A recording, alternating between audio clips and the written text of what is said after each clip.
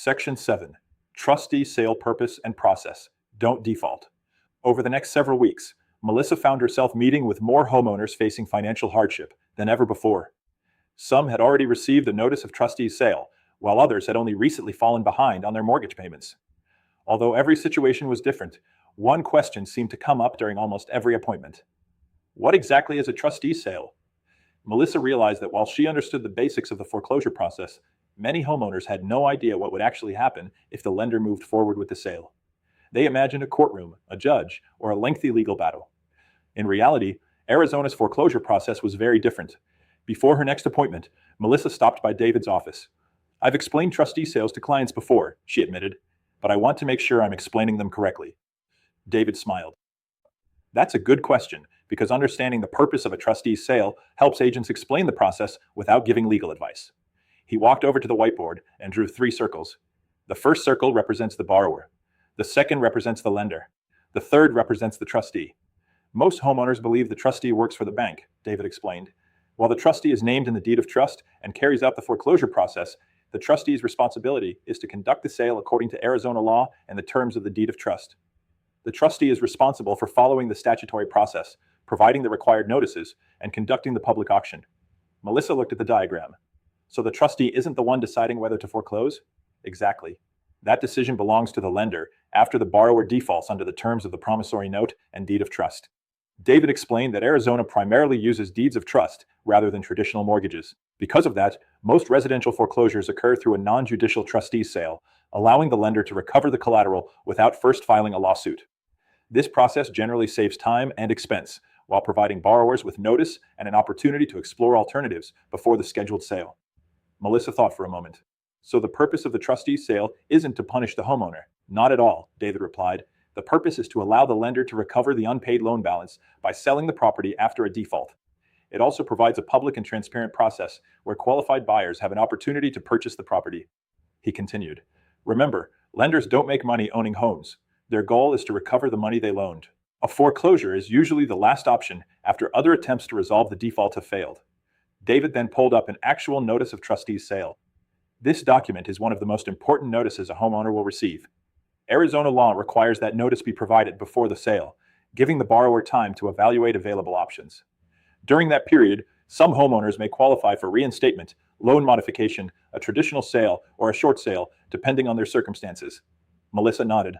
"So every day matters." "Exactly. The sooner a homeowner seeks help, the more opportunities they generally have." David explained that once the trustee's sale is scheduled, the property will be sold through a public auction conducted at the location identified in the notice of trustee's sale. Traditionally, many trustee sales were held at county courthouses or other designated public locations. Today, many Arizona trustee sales are also conducted through approved online auction platforms, allowing bidders to participate remotely while still maintaining a public bidding process. Melissa had another question. Who can actually bid at one of these sales?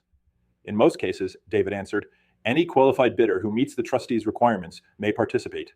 That includes individual buyers, investors, businesses, and even the lender." "The lender?" David smiled. "Yes, the lender often has the right to submit what's called a credit bid up to the amount owed on the loan.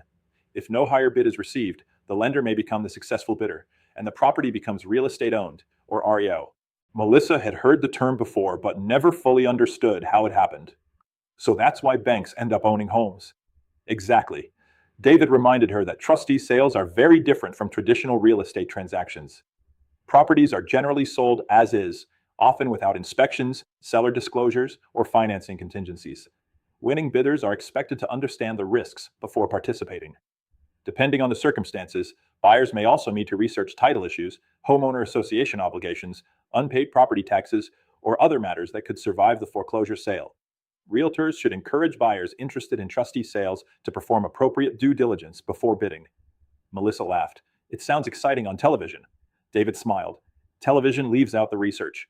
He explained that one of the biggest misconceptions among new investors is believing every trustee sale is a bargain. While some properties may sell below market value, others receive competitive bidding from experienced investors who have thoroughly researched the property long before auction day. Before Melissa left, David shared one final reminder.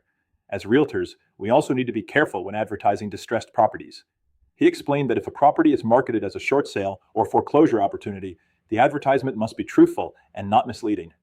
Arizona Administrative Code R428502 requires advertising by licensees to be accurate and properly identify the employing broker. Licensees should never guarantee lender approval, promise unrealistic timelines, or imply that a short sale has already been approved, unless that statement is true. Honest advertising protects consumers and reinforces the professionalism expected of Arizona licensees. As Melissa walked out of David's office, she realized that understanding the trustee sale process wasn't just about learning another foreclosure term. It was about helping clients understand what was happening, recognizing that time is critical, and making sure they received accurate information before their options disappeared. In the next section, we'll begin examining the alternatives available before a trustee sale occurs, including how realtors can help homeowners evaluate solutions that may allow them to avoid foreclosure altogether. Online discussion. Discussion question 1. Why is it important for realtors to explain the purpose of a trustee sale rather than simply telling clients they are being foreclosed on? Answer. Helping clients understand the purpose of a trustee sale reduces confusion and allows them to make informed decisions. It also helps them recognize that alternatives may still exist before the scheduled sale date. Why should realtors encourage buyers interested in trustee sales to conduct thorough due diligence before bidding? Answer. Trustee sale properties are generally sold as is, often without inspections or seller disclosures. Buyers should research title issues, liens, HOA obligations, property condition, occupancy status, and other risks before participating in an auction. Discussion question 3. How does truthful advertising protect consumers when marketing distressed properties? Answer. Accurate advertising helps consumers make informed decisions, prevents misunderstandings about the status of the property, and ensures compliance with Arizona advertising requirements. Realtors should never guarantee lender approval or make misleading statements regarding foreclosure or short sale transactions.